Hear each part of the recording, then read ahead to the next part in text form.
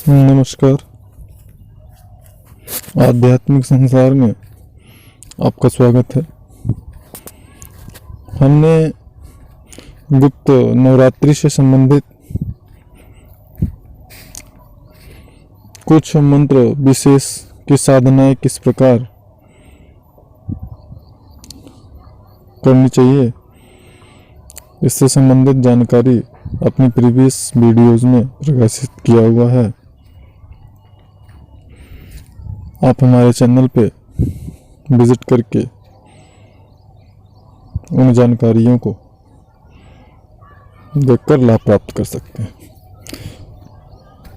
गुप्त नवरात्रि में माँ आदिशक्ति दुर्गा की पूजा वैसे तो कई विधियों से होती है,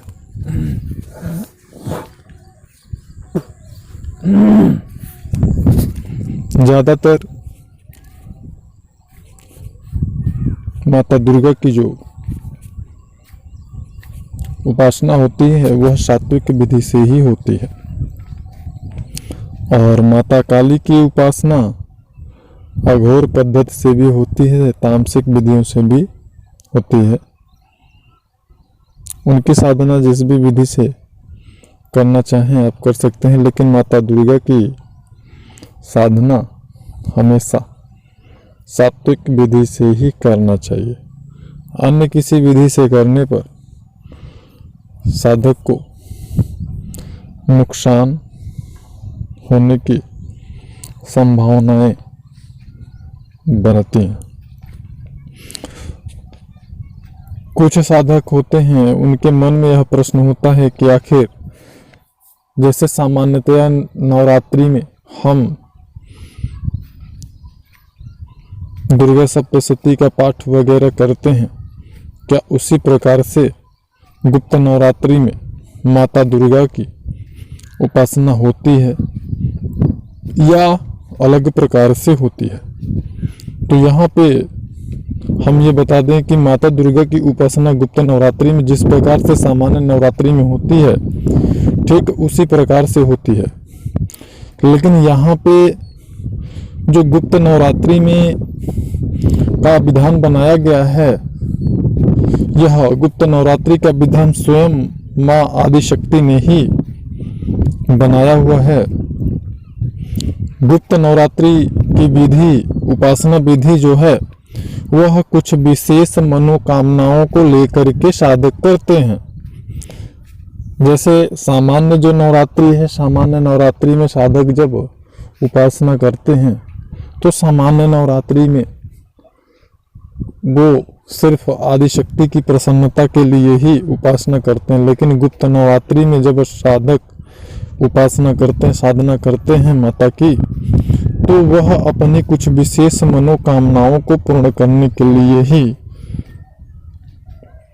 गुप्त नवरात्रि में माता आदिशक्ति दुर्गा, काली इत्यादि की जो उपासना है वह करते हैं। तो इस विधान के अंतर्गत यदि साधक विशेष विधियों के द्वारा माता दुर्गा की या माँ काली की, आदिशक्ति की उपासना करता है तो उसकी मनोकामना निश्चित रूप से पूर्ण होती है। उसका जो कोई विशेष कार्य होता है वह निश्चित रूप से निर्बाध्य रूप से पूर्ण होता है। अगर किसी प्रकार का विघ्न आता रहता है उसके किसी भी कार्य में, तो वह कार्य निर्विघ्न रूप से पूर्णता को प्राप्त करता है। इसलिए गुप्त नवरात्रि की महिमा जो है वह बहुत ही महान है। और हाँ, यहाँ पे एक बात निश्चित रूप से आप समझ लें कि गुप्त नवरात्रि में पूजन जो विधि है वह पूजन विधि जैसे हम सामान्य नवरात्रि में करते हैं ठीक उसी प्रकार से होता है। इसमें कोई अंतर परिवर्तन नहीं होता है। हम साधना को जिस प्रकार चाहें कर सकते हैं। चाहें तो हम दुर्गा सप्तशती के पाठ के अनुसार कर सकते हैं। अपनी जैसे कि दुर्गा सप्तशती का पाठ अगर आप करते हैं तो दुर्गा सप्तशती के पाठ को करने का विधान तो वैसे बहुत बड़ा है, लेकिन अगर गुप्त नवरात्रि में किसी मनोवांछित इच्छा को पूर्ण करना चाहते हैं तो उस स्थिति में आपको दुर्गा सप्तशती के पाठ को तो करना चाहिए। सर्वप्रथम दुर्गा सप्तशती के पाठ से पहले 3 बार सिद्धगुंजिका स्तोत्र को करना चाहिए, और उसके बाद जब आप दुर्गा सप्तशती के पाठ को कर लें तब 3 बार सिद्धगुंजिका स्तोत्र को करना चाहिए। यहाँ पर यही विधान में थोड़ा सा डिफरेंट होता है। और जब आप किसी अभिष्ट फल की प्राप्ति के लिए आदिशक्ति की उपासना करते हैं उस स्थिति में इसी प्रकार से आपको साधना करना चाहिए। जब आप इस प्रकार से साधना करते हैं तो यह आपका जो अभिष्ट मनोकामनाएं होती हैं, मनो इच्छाएं होती हैं, वह निश्चित रूप से पूर्ण होती हैं। और यहाँ पर जो अघोर पद्धति के लोग हैं वह माता काली की उपासना अपने विशेष विधियों के द्वारा करते हैं।